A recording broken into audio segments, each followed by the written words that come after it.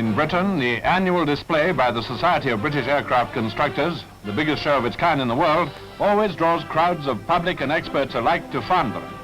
And no wonder, with machines like the Brabazon and the Comet to inspect at close quarters.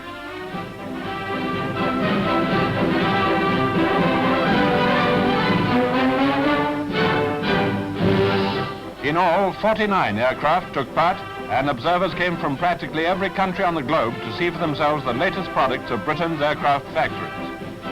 At this stage, it's interesting to recall that the first SBAC show took place in 1932, when the fastest machine was the Bristol Bulldog fighter with the tremendous maximum speed of 210 miles an hour. An interesting comparison with the performances which you'll see shortly, some of them obviously in excess of 600 miles an hour, although secrecy still shrouds the actual figures.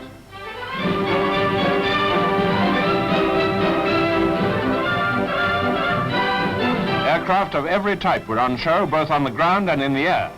Here, for instance, is the Hermes V, a turbo propeller job with a cruising speed of 355 miles an hour.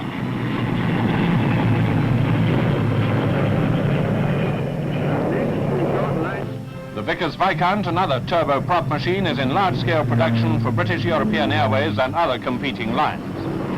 On 2 engines, she's still stable, and with all 4, she can carry over 50 passengers at a cruising speed of 312 miles an hour.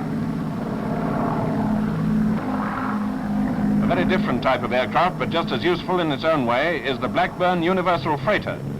A flying pantechnicon in shape as well as use, it can land in as little as 230 yards by using propeller and wheel brakes simultaneously. As for carrying capacity, this picture speaks for itself. Another strange-looking aircraft, the Nomad Lincoln, is testing out a new type of composite engine fitted in the nose. This is a combination of gas turbine and piston types. Incidentally, the Nomad is the first composite to fly.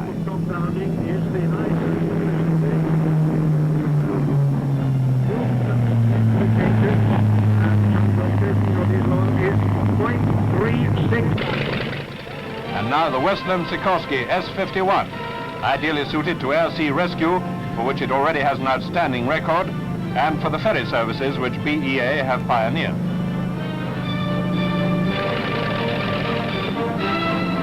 The Bristol 171 Mark III is another helicopter with what appears to be an outstanding turn of speed.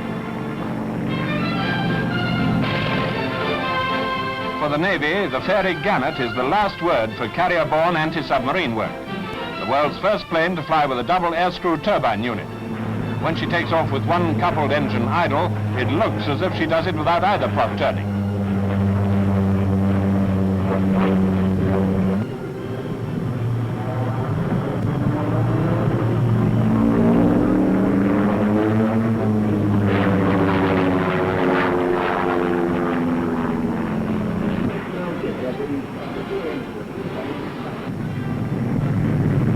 Here's the SA-4, the first new bomber out of Short Brothers since the wartime stirring.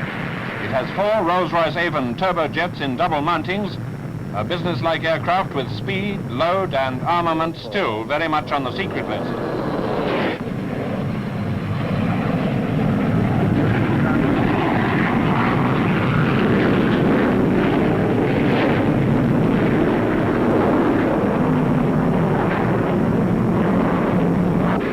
Another magnificent aircraft, the English Electric Canberra, here fitted experimentally with Sapphire turbojets.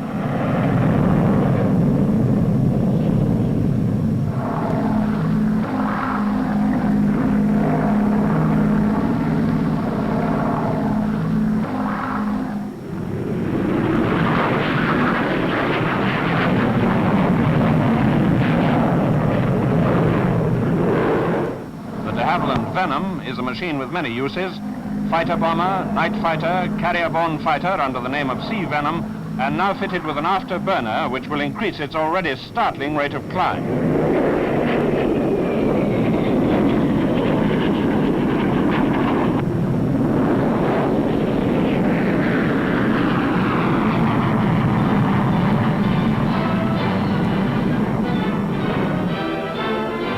An old friend in a new role, the Gloster Meteor in the guise of a ground attacker and apparently with plenty of rockets for the job.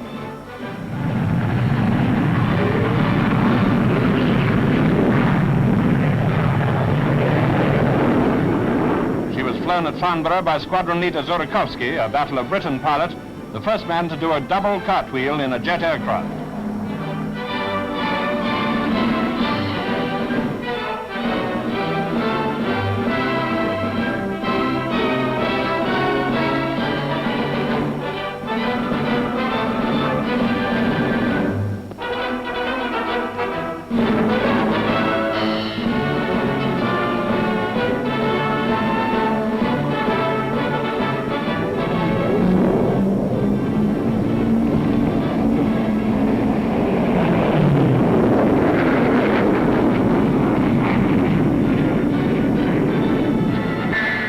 P1067 is the latest production fighter for the RAF. Performance, the topmost of top secrets, a terrific successor to Sidney Cam's Hurricane.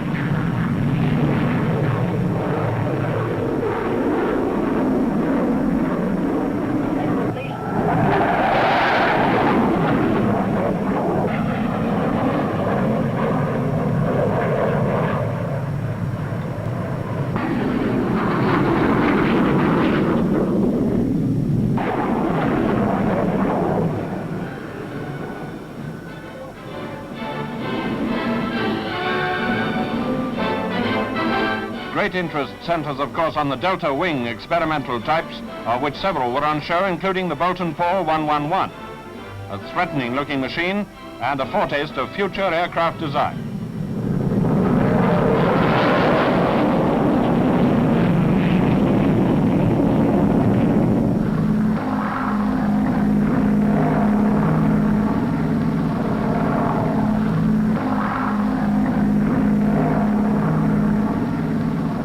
The AVRO 707B differs from the 707A by having a dorsal intake for its Derwent turbojet.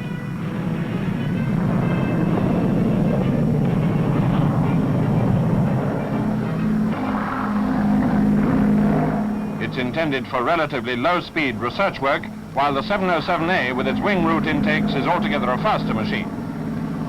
Parachutes are used to reduce landing distance on these Delta Wing aircraft. Here, the 707B comes down with a fine flurry of flying silk.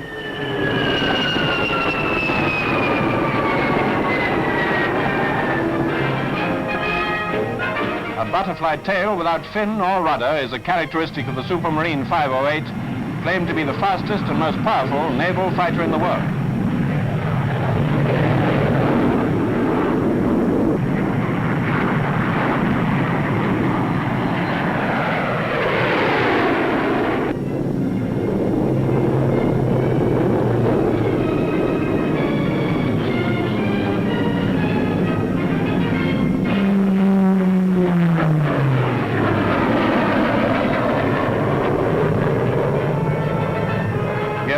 With the Swift prototype in the background.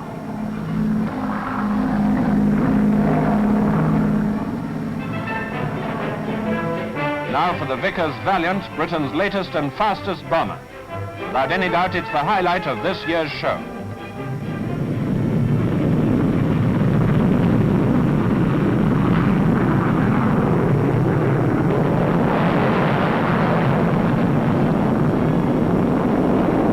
A most impressive example of speed and power, a worthy product of Britain's aircraft factories.